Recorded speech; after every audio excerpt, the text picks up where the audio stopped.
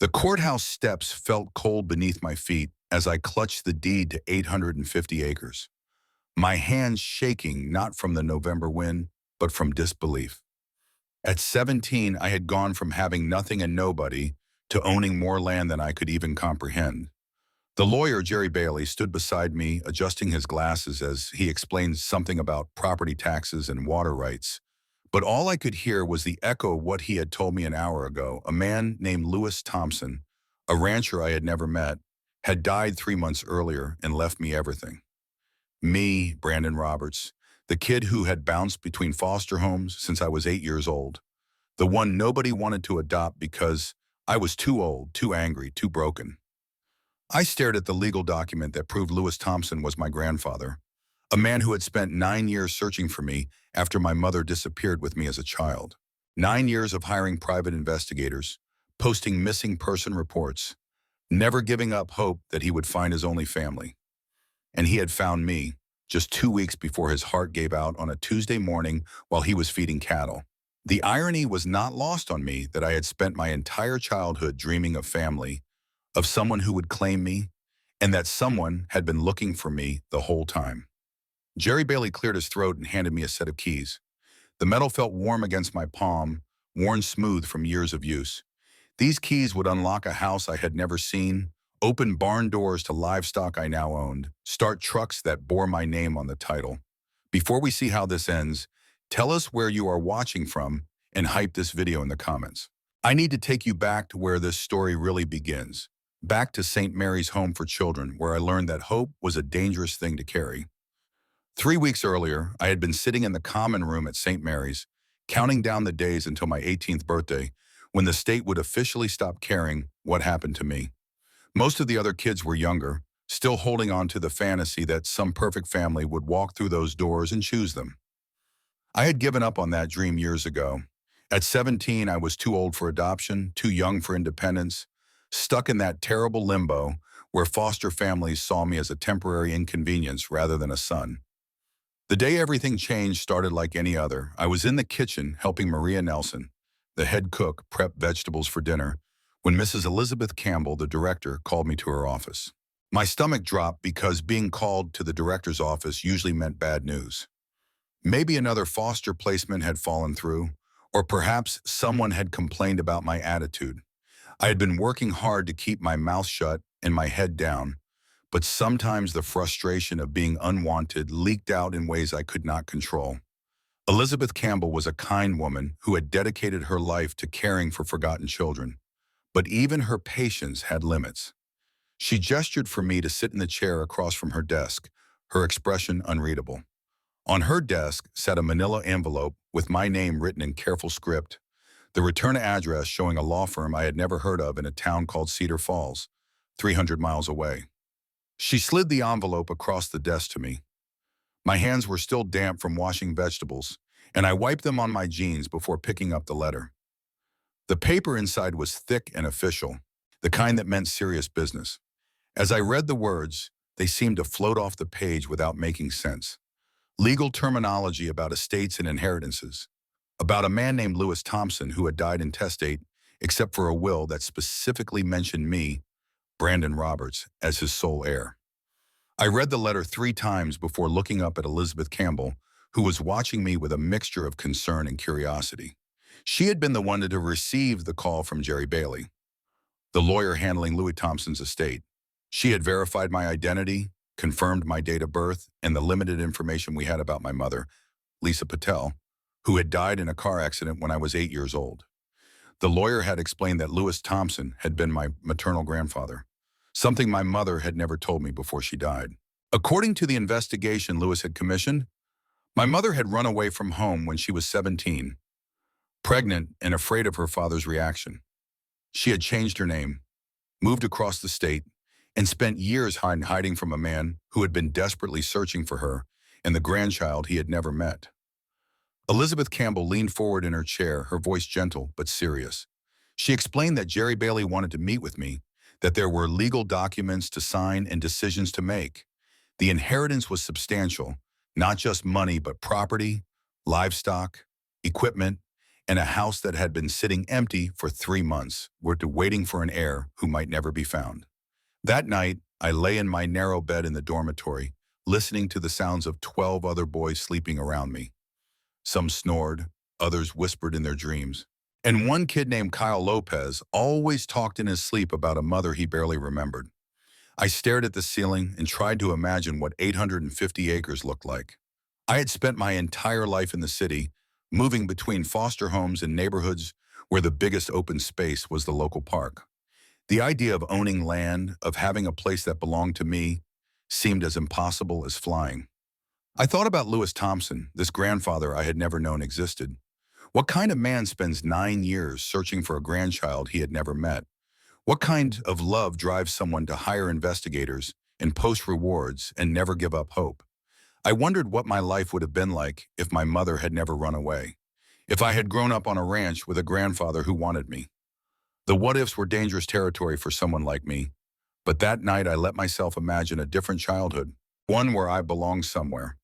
The drive to Cedar Falls took 5 hours in Jerry Bailey's sedan, 5 hours of watching the city fade into suburbs and then into farmland that stretched beyond the horizon. Jerry was a patient man who answered my endless questions about ranching, about Lewis Thompson, about what exactly I was inheriting. He had been Lewis Thompson's lawyer for 20 years, had helped him through the divorce from my grandmother, had witnessed the heartbreak when my mother disappeared. Jerry painted a picture of a man who had made mistakes, who had been too strict and too proud when my mother was young. Lewis Thompson had been raised in an era when fathers did not show affection easily, when discipline was valued over tenderness. When my mother became pregnant at 17, his reaction had been anger rather than support, disappointment rather than understanding. She had packed a single suitcase and disappeared in the middle of the night, leaving behind a note that said she would never come back. For the first few years, Lewis had been too stubborn to search for her. He convinced himself she would come home when she was ready, that pride and pregnancy hormones had made her dramatic. It was not until 5 years had passed that he realized she was truly gone, and by then the trail was cold. But he never stopped looking, never stopped hoping that someday he would find her and meet the grandchild he had never known. As we drove through Cedar Falls, I pressed my face to the window and took in the small town that might become my home. Main Street was lined with brick buildings that looked like they had been there for 100 years. There was a diner called Mabel's, a feed store, a small grocery, and a bank with a clock tower that chimed the hour. People on the sidewalks moved with the unhurried pace of those who had nowhere urgent to be, and several of them waved at Jerry's car as we passed. Jerry pointed out landmarks as we drove through town. The high school where he thought I might finish my senior year if I decided to stay.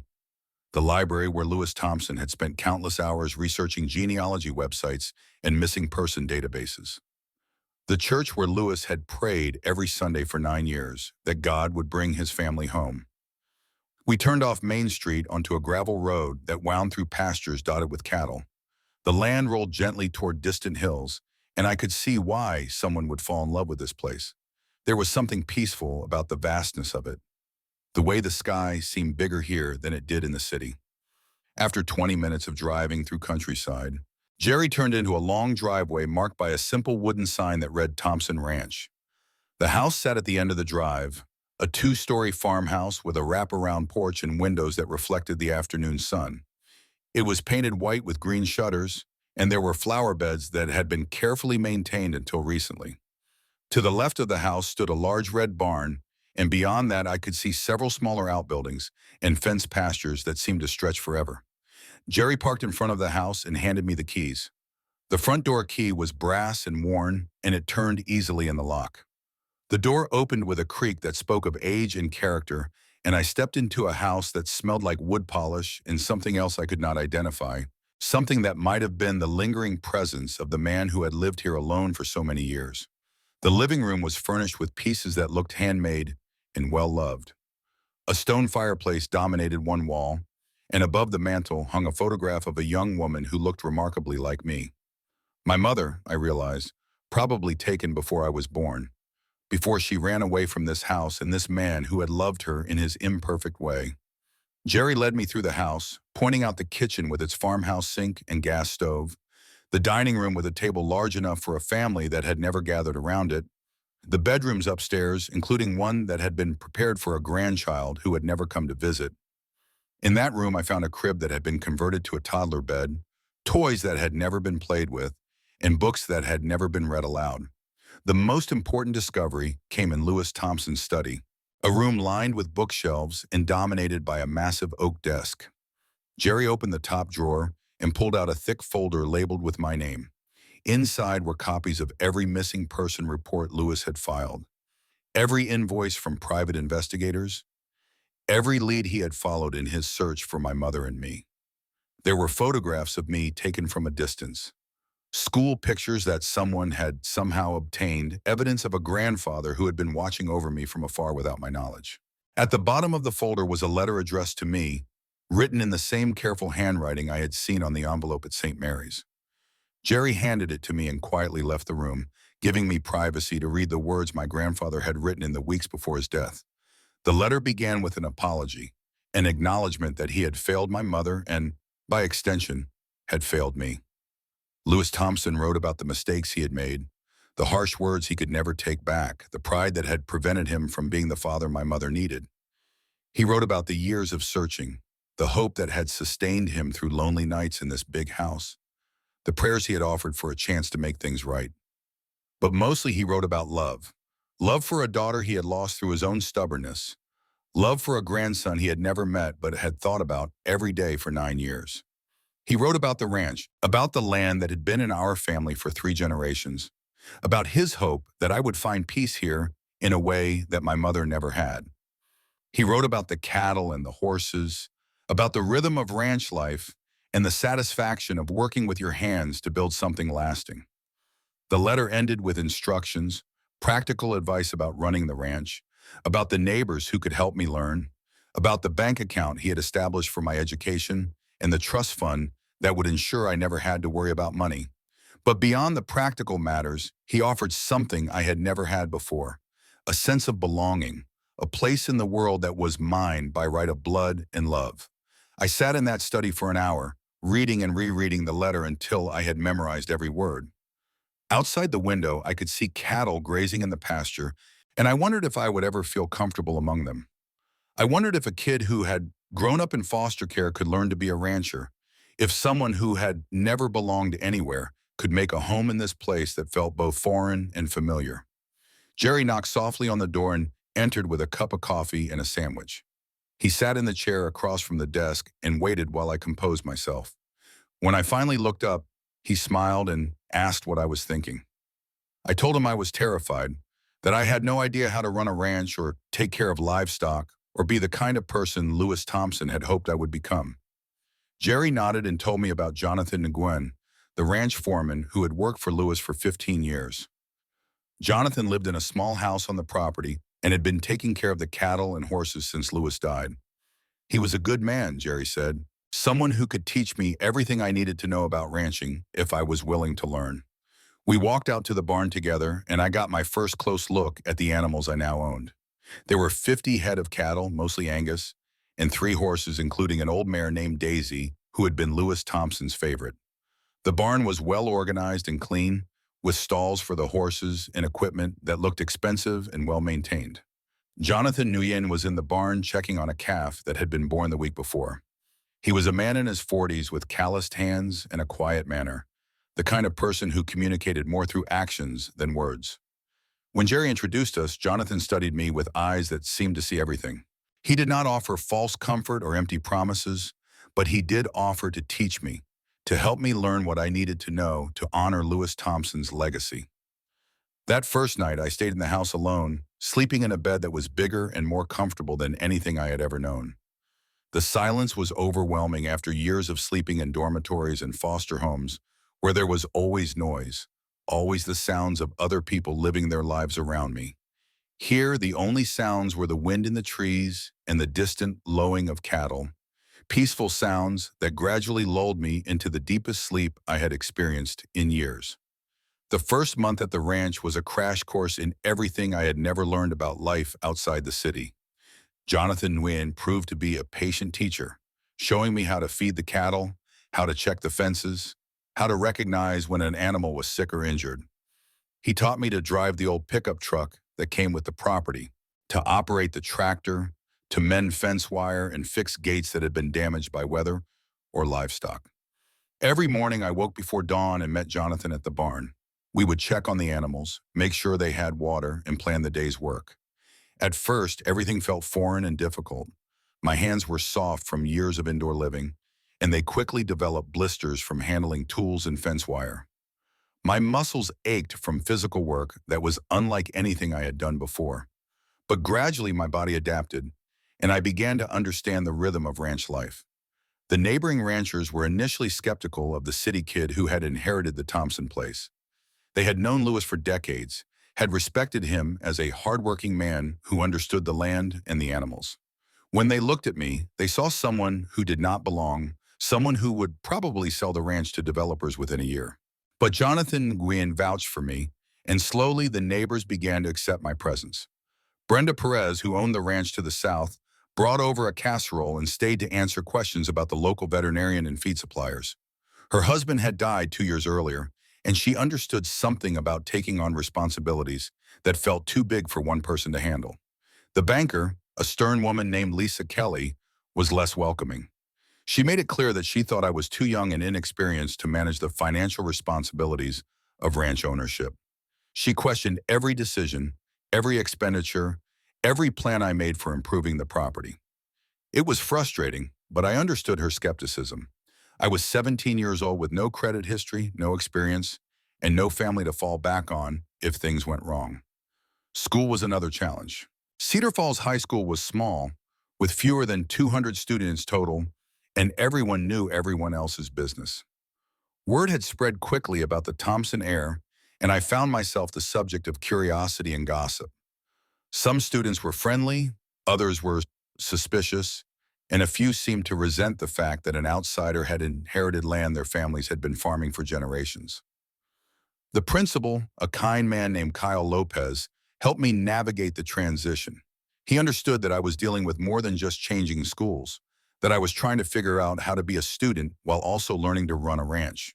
He arranged for me to take some classes online so I could maintain my grades while spending time learning from Jonathan. The hardest part was the loneliness. Even surrounded by neighbors and classmates, I felt isolated by my circumstances. I was not like the other kids who had grown up here, who took for granted the things I was struggling to learn. I was not like the adults either, who had years of experience and established relationships in the community. I was caught between worlds, trying to find my place in a life that still felt like it belonged to someone else.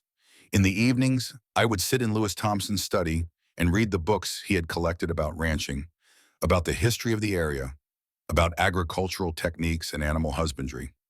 I found journals he had kept, records of cattle births and deaths, notes about weather patterns and crop rotations.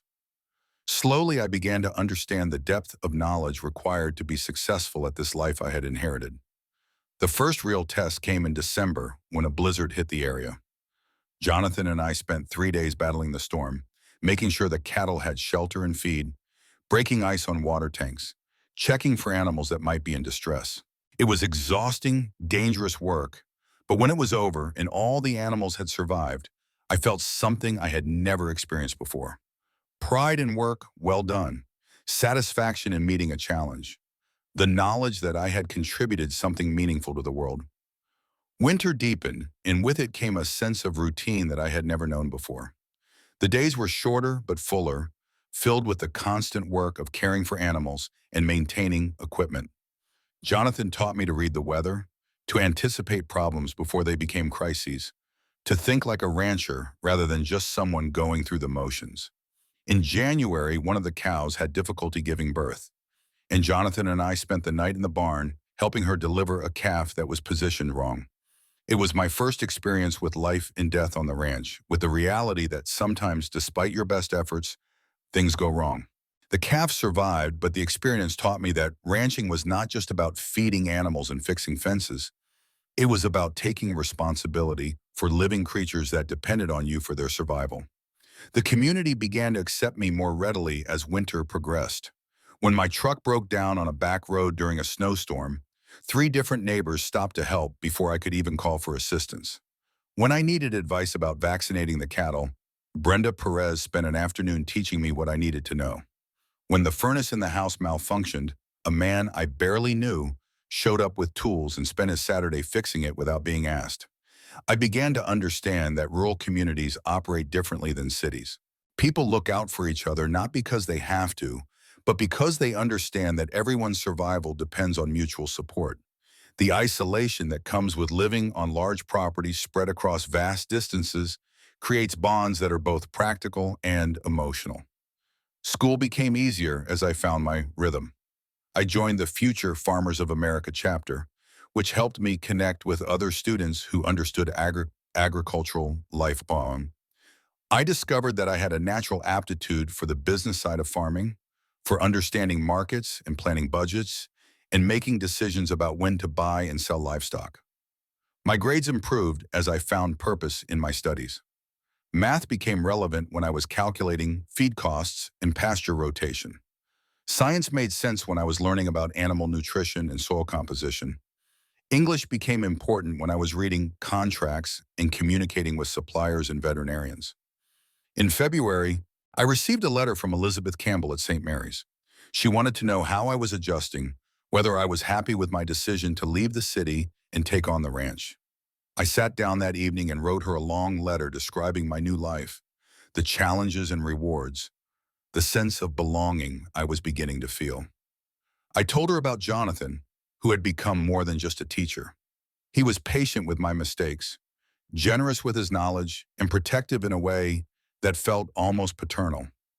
I told her about the neighbors who had welcomed me despite their initial skepticism, about the satisfaction of hard work and the peace that came with living close to the land.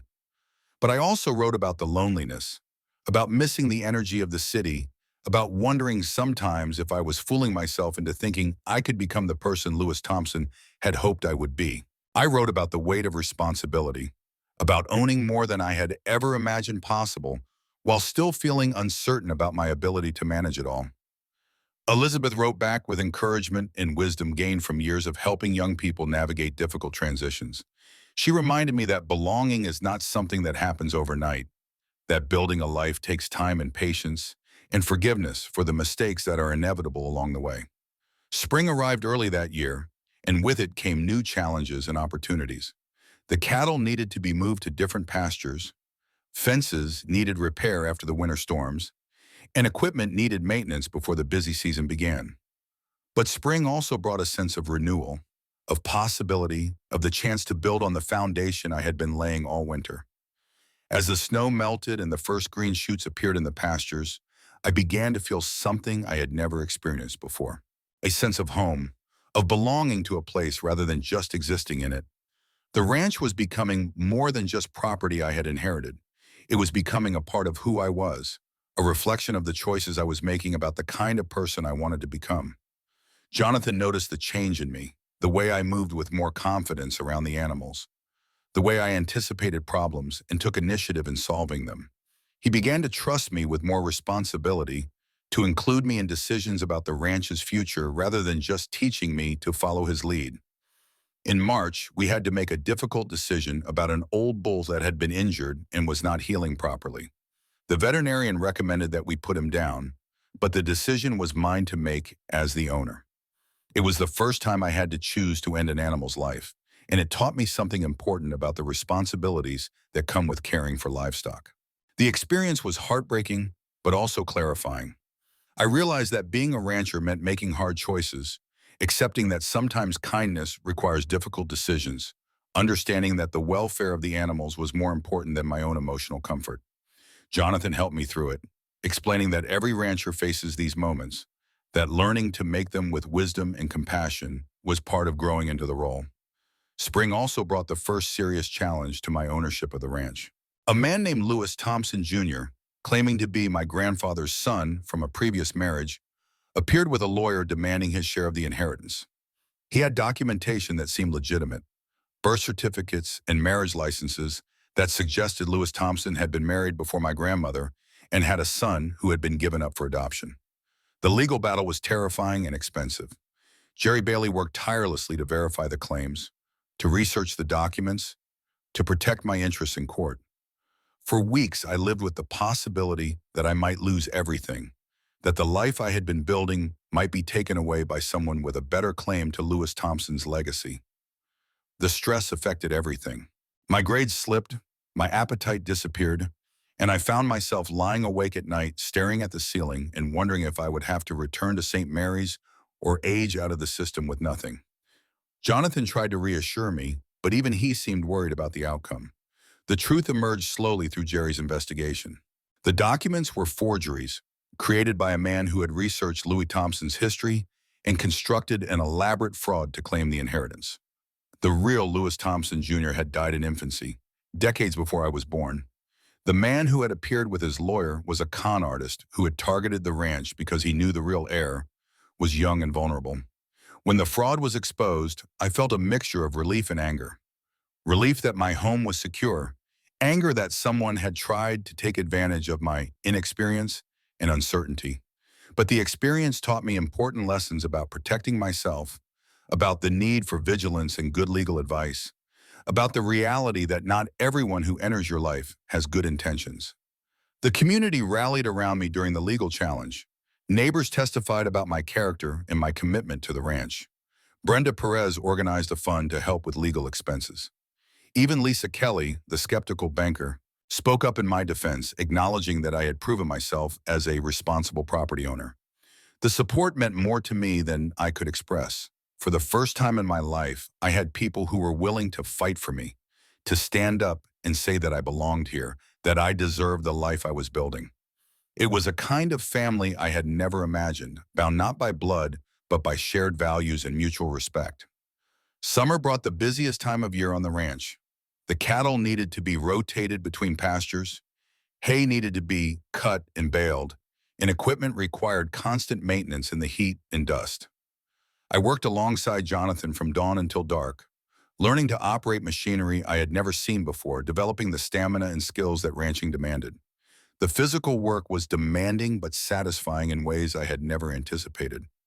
There was something deeply fulfilling about working with my hands, about seeing the direct results of my labor, about building and maintaining something that would last beyond my own lifetime. My body grew stronger, my hands became calloused, and my skin darkened from long days in the sun. I also began to understand the financial complexities of ranching. Cattle prices fluctuated based on market conditions I was still learning to interpret. Feed costs varied with weather and crop yields. Equipment broke down at the worst possible times, requiring expensive repairs or replacement. The ranch was profitable, but success required constant attention to costs and revenues, careful planning, and smart decision-making. Jerry Bailey helped me establish better financial systems, teaching me to track expenses and income, to plan for major purchases, to build reserves for emergencies. The trust fund Lewis Thompson had established provided security, but I wanted the ranch to be self-supporting, to prove that I could manage the business as well as the physical work. In July, I hired my first employee, a young man named Brandon Roberts, who had graduated from high school and wanted to learn ranching before deciding whether to go to college. Training someone else forced me to articulate what I had learned, to think more systematically about the work we were doing. It also gave me my first taste of being responsible for someone else's livelihood, of making decisions that affected more than just myself. The summer also brought my first romantic relationship. Maria Nelson was a year younger than me, the daughter of a neighboring rancher who had been watching my progress with interest. She was smart and funny, and understood ranch life in ways that made conversation easy and natural. We spent evenings riding horses through the pastures, talking about our dreams and plans, building a connection that felt both exciting and comfortable. Maria helped me see the ranch through different eyes, pointing out details I had missed, sharing stories about the history of the area, introducing me to aspects of rural culture I was still discovering. She also challenged me to think about the future, about what I wanted to accomplish, about how the ranch fitted into larger plans for my life. As summer turned to autumn, I realized that a full year had passed since I had learned about my inheritance. The anniversary prompted reflection on how much had changed, how much I had learned, how different my life had become. I was no longer the angry, lost kid who had aged out of foster care. I was a rancher, a property owner, a member of a community that had accepted me as one of their own. The transformation had not been easy or automatic. It had required hard work, patience, and the willingness to make mistakes and learn from them. It had required accepting help from others, admitting ignorance, and gradually building competence through practice and experience. Most importantly, it had required believing that I deserved the life I was building, that I was worthy of the love and legacy Lewis Thompson had left me. Jonathan noticed the change too. He began talking about the future differently, including me in long-term planning, discussing improvements and investments that would benefit the ranch for years to come. He also began talking about his own future, about retirement plans that would leave me fully responsible for the operation. The prospect was both exciting and terrifying. I had come so far in such a short time, but taking full responsibility for the ranch would be another major step. Jonathan assured me that I was ready, that I had learned not just the technical skills, but the judgment and character that successful ranching required. October brought the annual cattle sale, my first experience with the business side of ranching that determined whether the year had been profitable. Jonathan and I spent weeks preparing, selecting which animals to sell, arranging transportation, researching market conditions to time the sale for maximum advantage. The auction was held at a facility an hour away, and I watched nervously as my cattle were led into the ring. The auctioneer's rapid-fire chatter was initially incomprehensible, but gradually I began to understand the bidding process, to recognize the buyers and their preferences, to feel the tension as prices rose and fell. When the final numbers were calculated, the ranch had earned more than I had expected. The cattle had brought good prices, reflecting the quality of the animals and the care we had provided throughout the year. For the first time, I felt truly successful as a rancher, confident that I could manage the business as well as the daily work. The success brought new challenges and opportunities. I began planning improvements to the property, investing in better fencing and water systems, considering the purchase of additional cattle to expand the operation. I also began thinking about my education, about whether I wanted to pursue agricultural studies at the state university. Jerry Bailey encouraged me to think carefully about college. The ranch was doing well, but additional education would give me tools and knowledge that could benefit the operation for decades to come. He suggested that I could manage both, taking classes during the winter months when ranch work was lighter, building expertise that would make me a better rancher and businessman. The idea appealed to me, but it also raised questions about the future. College would mean leaving the ranch for extended periods, trusting others with responsibilities I had worked hard to master. It would mean delaying full independence, remaining a student when I was already functioning as an adult in most areas of my life.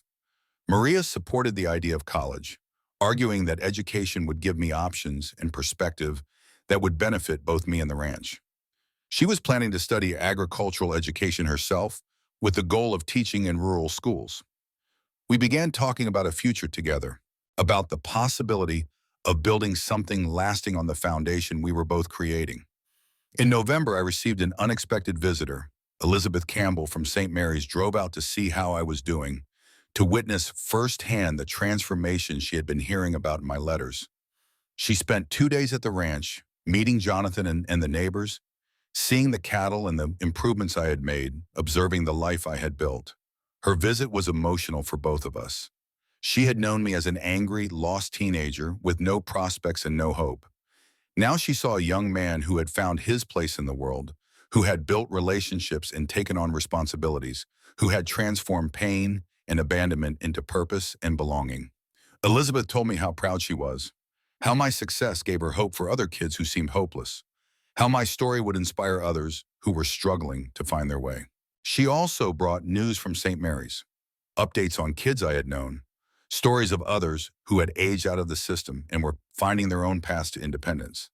Her visit reminded me of how far I had come, but it also highlighted the responsibility I felt to use my success to help others. I began thinking about ways to give back, to support programs for aging out foster kids, to create opportunities for young people who were facing the same challenges I had overcome. The idea grew into a concrete plan. I would establish a scholarship fund for foster kids who wanted to pursue agricultural education, providing not just financial support, but mentorship and practical training opportunities.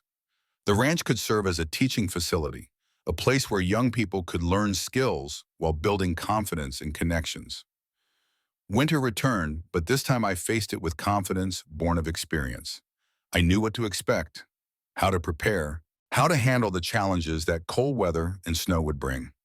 The cattle were healthy and well-fed, the equipment was maintained and ready, and the financial planning was solid. Jonathan began talking more seriously about retirement, about transitioning full responsibility to me over the next 2 years. He wanted to remain involved as an advisor and mentor, but he was ready to step back from daily operations. The prospect no longer terrified me as it once had. I felt ready for the challenge, confident in my abilities, and supported by a community that had become my family. The scholarship fund became a reality with Jerry Bailey's help in setting up the legal structure and tax advantages. The first recipient would be selected the following year, a foster kid who would spend the summer learning ranching while preparing for agricultural studies. I was excited about the opportunity to give someone else the chance I had been given, to transform another life through the power of belonging and purpose. Maria and I grew closer throughout the winter, spending long evenings planning our futures, talking about marriage and family, dreaming about the life we could build together. She brought a perspective and partnership that made everything seem more possible, more meaningful. The ranch was no longer just my inheritance, but our shared vision of what life could become. In February, I received my high school diploma, having completed my senior year through a combination of classroom attendance and independent study. The achievement felt significant, not just as an educational milestone, but as proof that I could balance multiple responsibilities, that I could succeed in traditional academic settings while also mastering practical skills. College applications were submitted, with plans to begin part-time studies in agricultural business the following fall. The decision felt right, a way to honor both the practical knowledge I had gained and the intellectual curiosity that education could satisfy. I would remain based at the ranch, taking classes that would enhance rather than replace my hands-on experience. Spring brought new life to the ranch in the form of calves born to the cattle I had cared for throughout the winter. Watching them take their first steps, seeing them grow stronger each day, I felt a deep connection to the cycle of life that ranching represented. These animals were the product of my care and attention, evidence of my growing skill as a rancher. The scholarship recipient was selected in April, a 17-year-old girl named Lisa Patel, who had aged out of foster care in the city. Like me, she had no family, no resources, and no clear path forward. Unlike me, she would have guidance and support from the beginning, mentorship that would help her avoid some of the mistakes and uncertainty I had experienced. When Lisa arrived at the ranch in May, I saw myself 2 years earlier, frightened and overwhelmed, but desperately hopeful. Working with her, teaching her what Jonathan had taught me, I understood for the first time the satisfaction Lewis Thompson must have imagined when he left me the ranch. The gift was not just property or money, but the opportunity to build something meaningful, to create legacy and continuity, to transform lives through love and opportunity. Summer brought the busiest season yet, with Lisa learning alongside me, Maria helping with planning and organization, and Jonathan gradually stepping back into an advisory role. The ranch was thriving, the community was supportive, and the future looked brighter than I had ever dared to imagine. 5 years have passed since that cold November day when I first held the deed to 850 acres. As I write this, I am 22 years old, married to Maria, and the father of a 6-month-old son we named Louis, in honor of the grandfather who gave me everything. The ranch has grown to over 1,000 acres. The scholarship program has helped 12 young people transition from foster care to independence, and Jonathan has become the grandfather I never had growing up. The scared, angry teenager who left St. Mary's Home for Children no longer exists. In his place is a man who understands the value of hard work, the importance of community, and the power of love to transform lives. I have learned that family is not just about blood relations, but about the people who choose to stand by you, to support your dreams, and to celebrate your successes. The ranch has become more than just a business or a home. It is a symbol of second chances, of the possibility that exists when someone believes in you enough to give you an opportunity. Every morning when I walk out to check on the cattle, I think about Lewis Thompson and the faith he placed in a grandson he never met. I hope I have proven worthy of that faith. The scholarship program has become my proudest achievement. Watching young people discover their potential, seeing them build confidence and skills, knowing that I have helped break the cycle of abandonment and hopelessness that once defined my own life, gives meaning to everything I have accomplished. Maria and I are planning to expand the program to create a residential facility where foster kids can live while learning agricultural skills and completing their education. We want to provide not just training, but a true home, a place where young people can belong while they figure out who they want to become. Jonathan remains active in the ranch operations, though he has officially retired. He lives in the small house where he has always been comfortable, and he spends his days teaching our son the same lessons he taught me about caring for animals and respecting the land. The continuity feels right, like a circle completing itself. Looking back, I understand now that Lewis Thompson's greatest gift was not the land or the money, but the example he set of never giving up hope. For 9 years, he searched for family he had never met, driven by love and the belief that everyone deserves to belong somewhere. That persistence, that faith in the possibility of connection and redemption has become the foundation of everything I have built. The ranch will continue for another generation, and probably many more after that. My son will grow up here, surrounded by the love and stability I never had as a child. He will learn the lessons the land teaches about patience and hard work, and the satisfaction of building something that lasts. He will also learn about giving back, about using privilege and opportunity to help others find their way. If you are watching this and you have ever felt lost or unwanted, if you have ever wondered whether you matter or whether anyone cares what happens to you, I want you to know that you do matter. Your story is not over. Your potential is not limited by your circumstances, and somewhere there is a place where you belong. Before I finish, I want to ask you to share your own stories in the comments. Tell us where you are watching from, what dreams you are chasing, what challenges you are facing. This community we are building extends far beyond this ranch, far beyond these videos. We are all connected by the universal desire to belong, to matter, to build something meaningful with our lives. If this story has touched you, please share it with someone who needs to hear it. Subscribe to the channel if you want to follow our journey as we continue building this ranch, this family, this community of people who refuse to give up on each other. Your support means everything to us, and your stories inspire us to keep going. The boy who had nobody became a man who belongs everywhere. That transformation is possible for you too, no matter where you are starting from, no matter how impossible it seems right now. Sometimes the family you need is waiting for you in a place you have never imagined, in a life you have never dared to dream. Keep searching, keep hoping, keep believing that your story is just beginning.